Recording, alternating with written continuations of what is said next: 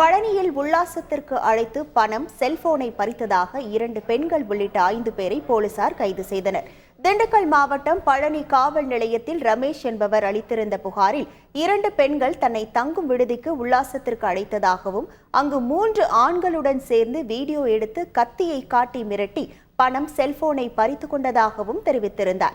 இந்த நிலையில் ரோந்து பணியின் போது சண்முக நதி அருகே சந்தேகத்திற்கு இடமாக 2 கார்களில் வந்த 5 பேரை பிடித்து போலீசார் விசாரணை மேற்கொண்டனர்.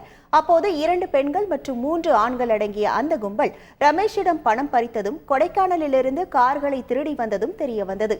இதையடுத்து 5 பேரையும் கைது செய்த போலீசார் அவர்களிடமிருந்து 2 திருட்டு கார்கள், கத்தி, செல்போன்கள் உள்ளிட்டவற்றை பறிமுதல் செய்து தீவிர விசாரணை நடத்தி வருகின்றனர். செய்திகளை உடனுக்குடன் தெரிந்து கொள்ள உடனே சப்ஸ்கிரைப் பண்ணுங்க.